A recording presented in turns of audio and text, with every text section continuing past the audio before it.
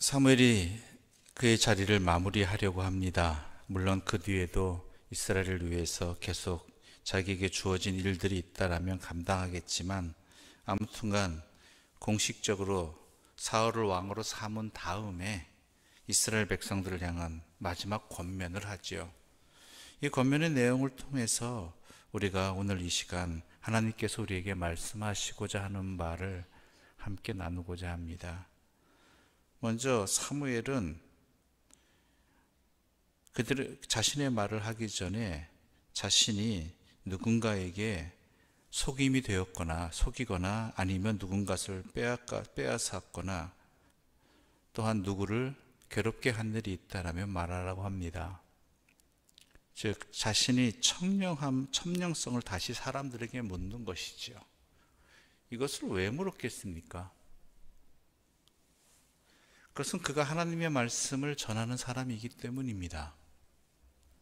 하나님의 말씀을 증거하는 사람으로서 하나님의 말씀을 담은 그릇이 되어야 될 그릇인데, 그 그릇이 잘못된 그릇이라고 한다면, 더럽혀진 그릇이라고 한다면, 또한 더러움을 벗어나지 못한 그릇이라고 한다면 하나님의 말씀이 가려지기 때문입니다. 물론 하나님의 말씀 자체는 변한 것이 없습니다. 그러나 그 말씀을 전하는 도구가 잘못되어진다라면 그것은 하나님의 말씀이 또한 사람들에게 듣는 이들에게 곡해가 되어지고 오해가 되어지기 때문입니다. 사무엘은 묻습니다. 내가 누구 것을 빼앗았느냐, 누구 것을 속였느냐, 누구를 압제했느냐. 앞서 엘리 제사장과 그의 아들들이 그러했거든요. 특히 우리가 잘 알듯이 엘리의 아들들은 매우 타락한 인생을 보냈습니다. 하나님 앞에서뿐만 아니라 사람들 앞에서도 범죄하고 타락한 그 삶을 살았습니다. 그러다 보니까 그 이스라엘의 잘못된 신앙의 모습에 고침을, 회개를 전할 수 있는 그러한 힘도 없었고요, 자격도 없었고요, 그럴 생각도 없었던 것 같습니다. 사무엘 일찍이 하나님의 전에서 하나님을 섬기며 살았습니다. 지금까지 평생 지내오면서 그가 최선을 다했던 이유는, 열심히 살았던 이유, 정직하게 살았던 이유, 청결하게 살았던 이유는 자신은 하나님의 말씀을 전하는 자이기 때문입니다. 때로는 손해보는 일도 있었겠죠. 때로는 억울한 일도 있었겠죠. 그로 인해서 남처럼 많이 누리지도 못했고 가지지도 못했을 것 같습니다. 그러나 그럼에도 불구하고 그에게 중요한 것은 하나님의 말씀을 전하는 것이기 때문에 그는 자신의 삶을 하나님의 말씀을 전하는 자로서 잘못되지 않기 위해서, 사람들에게 오해되지 않기 위해서 최선을 다하며 살았다라는 것입니다. 오늘날 우리에게 이것이 문제입니다. 이 땅에서 하나님의 말씀을 전하고 또한 나누는 사람들이 우리 그리스도인입니다. 물론 목사도 포함이고 또한 여러분도 포함이죠. 근데 과연 우리의 삶이 세상에 하나님의 말씀을 전하는 데 부딪히는 장벽이 되지는 않았느냐라는 것이지요. 오늘날 세상 많은 사람들의 질타의 목소리, 또한 하나님을 믿지 못하겠다고 하는 이야기들, 그런 모든 이유 중에 하나는 우리가 복음의 말씀을 받은 자답게, 그 그릇답게, 전하는 사람답게 삶을 살지 못하는 차원을 넘어서서 세상 사람들과 다를 바 없을 뿐더러 세상 사람들보다 더 탐욕스럽게 지내기 때문입니다. 내가 하나님의 말씀을 전하는 그릇, 내 삶이 하나님의 말씀을 드러내는 눈에 보이는 증거라는 것을 망각한 채 그렇지 못한 삶을 삶으로 말미암아 세상 사람들이 하나님의 말씀을 따르지 않게, 받아들이지 않게 만들었다라는 것이죠. 여러분도 잘 아시다시피 그런 교회들도 있고요, 그런 목사들도 있고요, 또한 내 이웃들이 교회 다닌다고 예수 믿는다고 하지만 예수 믿는 사람이 왜 저래라고, 차라리 믿지나 말지라고 안타까워할 그러한 모습들이 너무나 흔하게 볼 수 있고 쉽게 들을 수 있는 이야기들 아닙니까?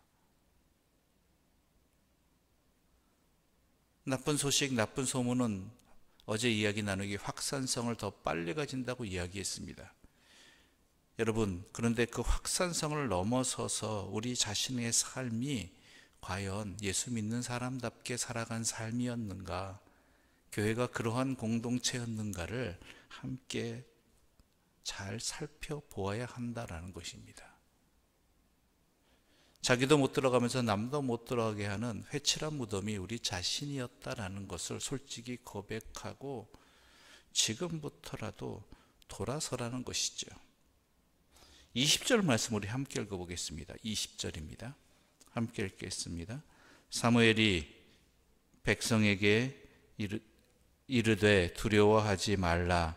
너희가 과연 이 모든 악을 행하였으나 여호와를 따르는 데에서 돌아서지 말고 오직 너희의 마음을 다하여 여호와를 섬기라.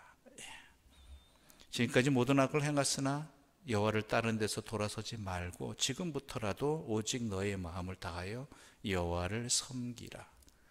오늘 우리 자신에게 주시는 하나님의 말씀이고 우리 교회들에게 주시는 하나님의 말씀인 것입니다.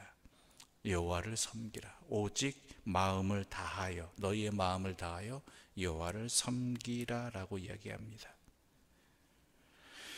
또한 사무엘은 말합니다. 솔직히 이 자리가 마지막 권면의 자리입니다. 이스라엘 백성 전체를 향한. 그러면 어떤 말을 듣고 싶습니까? 좋은 말, 선한 말, 또한 감사한 말을 듣고 싶지요. 내 평생에 여호와를 섬길 수 있도록 많이 도와주신 여러분에게 감사합니다.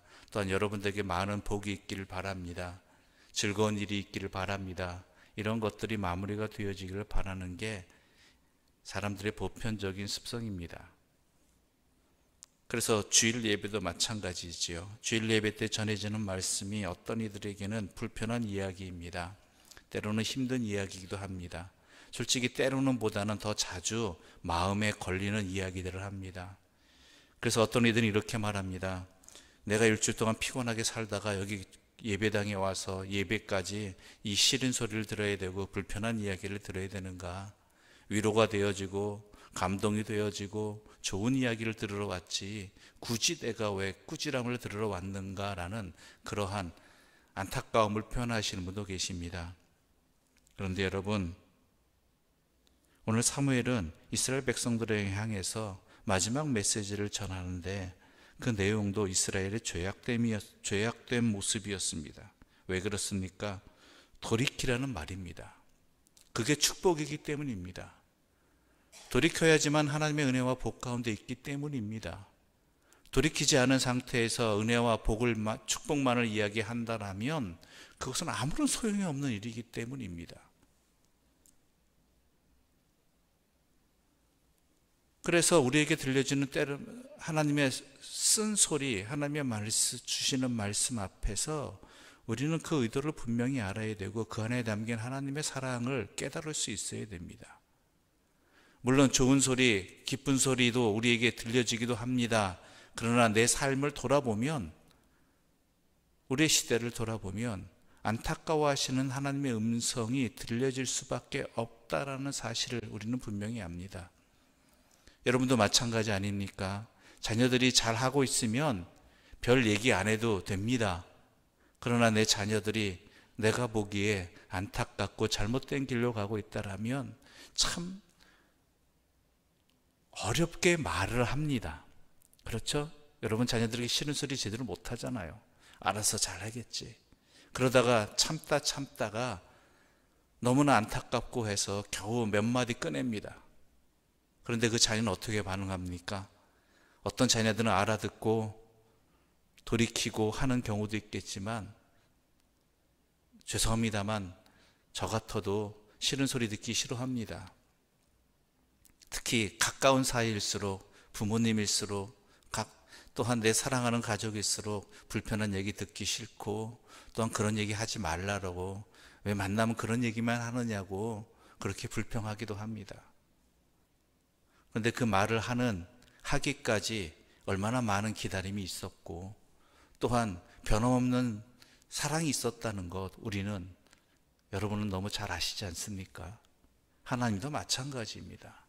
하나님께서 그 말씀을 하실 때에는 우리가 어떠한 상태였는가를 깨달을 수 있어야 되고, 그 말씀을 하시는 하나님의 마음은 어떠한지 우리는 분명히 알아야 되고, 또한 그 말씀 속에 담겨진 참된 우리를 고치시고자 하는, 우리에게 복을 주시고자 하는, 우리가 참된 기쁨 가운데 살아가고자 하시는 하나님의 사랑이 있음을 항상 잊지 말아야 되는 것입니다.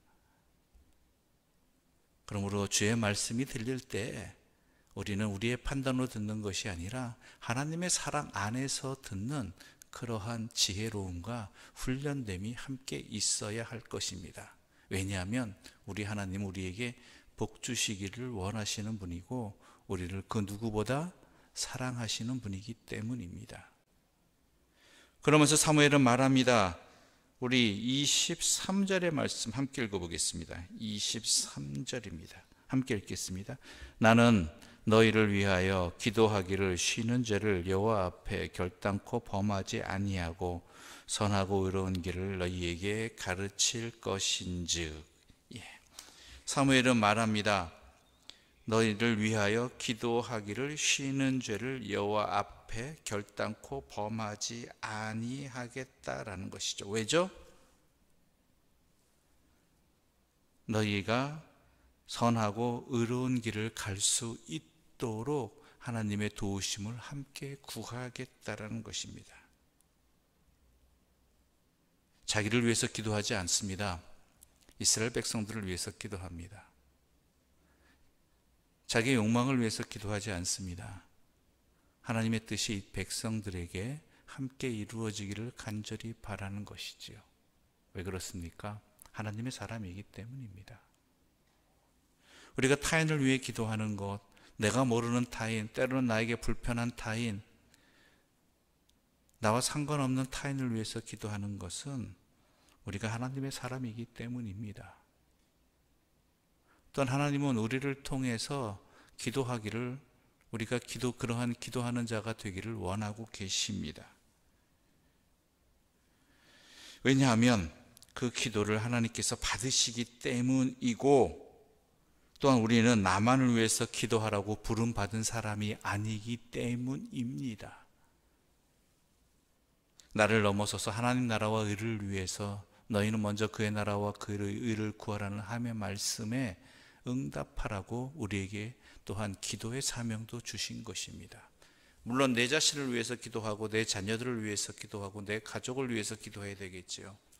그러나 항상 잊지 말아야 될 것은 우리는 또한 다른 이들을 위해서 기도하는, 이 시대를 위해서 기도하는 그러한 사명을 맡은 사람들이라는 것입니다. 하나님의 뜻을 구하는 그러한 귀중한 사명을 맡은 자답게 또한 자신이 그 사명을 다하겠다는 결단은 우리가 이 땅을 떠나서 하나님 앞에 서는 그 날까지 계속되어져야 할 기도의 내용인 것입니다. 그러므로 우리는 도리어 감사해야 됩니다. 내가 무엇이간데 이러한 기도를 하나님께 드릴 수 있는 자격을 주셨는지, 또한 사명을 주셨는지 감사하고 기쁜 마음으로 우리의 이웃들을 위해, 또한 이 나라 이 민족을 위해 기도할 수 있는 하나님의 사람들 되시기를 간절히 소망합니다. 기도드리겠습니다. 하나님 아버지 감사합니다. 오늘 사무엘의 마지막 권면의 말씀을 통해서 우리에게 주시는 하나님의 사랑을 깨닫게 해주시니 감사합니다. 우리를 향하신 하나님의 또한 뜻을 깨닫게 해주시니 감사합니다. 그 뜻을 잘 전하고 또한 이웃들에게 하나님을 증거하기 위해 내 삶을 먼저 돌아볼 줄 아는 지혜로운 자들 되게 하여 주시옵소서. 우리의 죄악된 모습에 절망하는 자들이 아니라 우리의 죄악된 모습을 깨닫게 된다라면 돌아서게 하여 주시고 오직 마음을 다하여 여호와를 섬기는 일에 먼저 나아가게 하여 주시옵소서. 또한 우리의 이웃을 향한 이 땅에 하나님의 뜻이 이루어지기를, 하나님의 공의가 실천되기를 간절히 바라는 기도의 사명도 우리에게 주셨음을 잊지 말게 해주시고, 그러한 기도의 사명을 감당해 나가는 주의 사람들 되게 하여 주시옵소서. 예수님의 이름으로 기도드립니다. 아멘.